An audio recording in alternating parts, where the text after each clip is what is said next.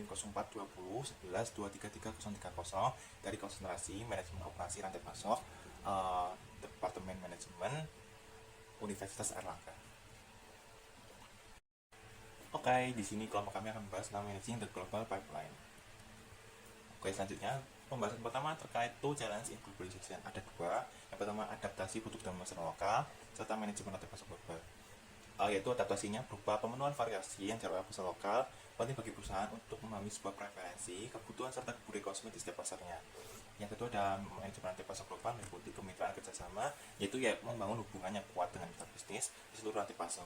Ini melibatkan kerjasama yang contohnya pemasoknya handal, logistik yang efisien, serta mitra distribusi lokal yang dapat memahami pasar setempat.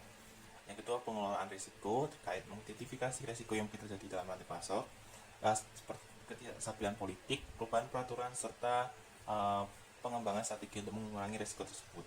Yang ketiga ada peningkatan visibilitas terkait penggunaan teknologi dan sistem informasi yang canggih guna untuk melacak aliran barang dan informasi seluruh rantai pasok tersebut.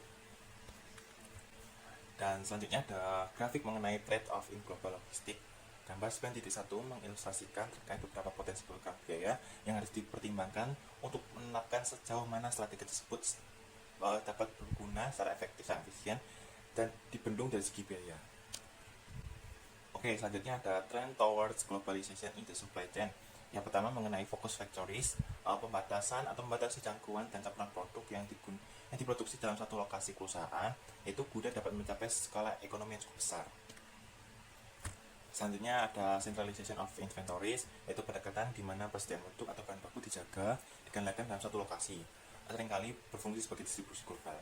Yang ketiga ada postponement and localization. Pembedaan postponement di sini dan location adalah sama-sama strategi. Kalau postponement itu lebih ke penundaan sebuah kustomisasi sebuah produk hingga ke titik konsumsi.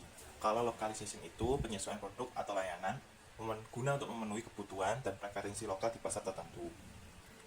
Perkenalkan, sebelumnya nama saya Muhammad Fatihul Zaman dengan NIM 0420 11 197 dari Prodi Manajemen Universitas Airlangga Surabaya.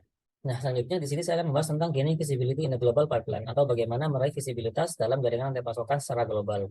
Nah, yang perlu kita ketahui bahwa visibilitas merupakan faktor yang sangat penting dalam manajemen pipeline secara global. Nah, karena visibilitas itu memberikan pemahaman terhadap kita tentang keadaan serta proses rantai pasokan secara real serta kinerjanya pada berbagai tahap dalam sebuah rantai pasokan secara global. Nah, ada beberapa faktor penyebab mengapa visibilitas itu di sini itu penting. Nah, yang pertama adalah tingginya tingkat ketidakpastian dalam sebuah rantai pasokan berskala global. Nah, yang kedua adalah koordinasi dan kolaborasi yang buruk antara beberapa pihak yang terlibat dalam rantai pasokan baik dari hulu maupun dari hilir.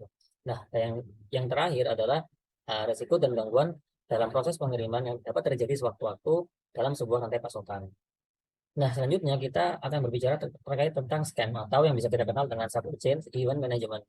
Nah, Supply Chain Event Management ini merupakan sebuah pendekatan atau praktik dalam manajemen rantai pasok yang bertujuan untuk mengelola dan mengendalikan peristiwa-peristiwa yang terjadi di sepanjang rantai pasokan. Nah, tujuan utama dari skema ini adalah untuk meminimalkan dampak negatif dari peristiwa-peristiwa tidak terduga seperti keterlambatan pengiriman, kemudian perubahan permintaan, kekurangan persediaan, gangguan produksi, dan masalah logistik lainnya. Nah, dengan menggunakan skema ini, perusahaan dapat merespon dengan cepat dan efektif terhadap peristiwa-peristiwa tadi, kemudian dapat mengurangi ketidakpastian, meningkatkan visibilitas, dan mengoptimalkan kinerja rantai pasokan secara keseluruhan. Nah, SCAP sendiri ini merupakan sebuah inovasi hasil dari perkembangan keilmuan rantai pasok yang terdiri dari sebuah sistem informasi yang terintegrasi antara beberapa pihak yang terlibat dalam sebuah rantai pasokan. Nah, informasi ini tuh diharapkan dapat membantu seluruh pihak yang terlibat dalam rantai pasokan tersebut untuk dapat mengolah rantai pasok mereka dengan lebih baik.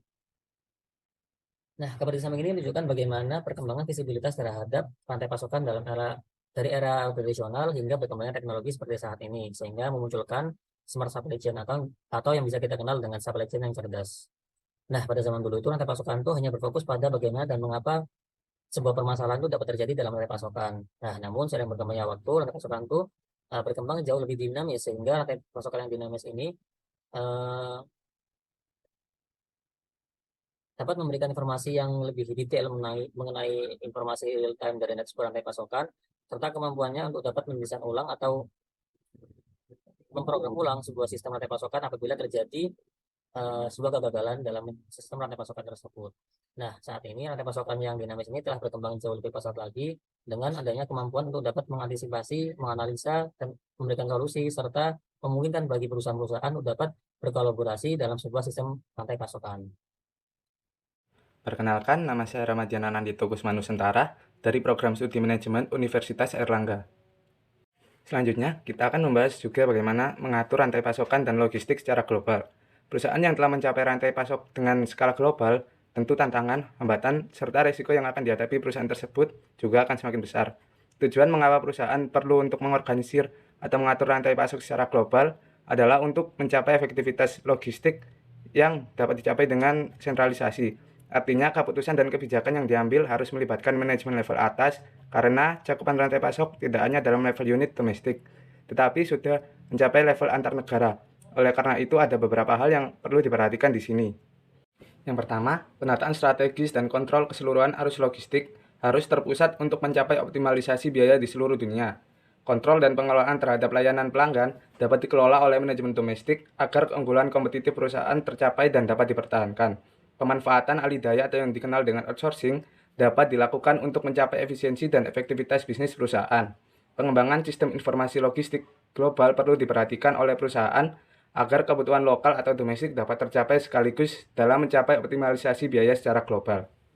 Thinking global, acting lokal, mengacu pada pendekatan di mana perusahaan atau organisasi berusaha memahami dan mengintegrasikan perspektif global dalam pengambilan keputusan strategis mereka, tetapi pada saat yang sama mengadopsi tindakan operasional yang sesuai dengan kebutuhan dan kondisi lokal di setiap lokasi atau pasar yang mereka layani.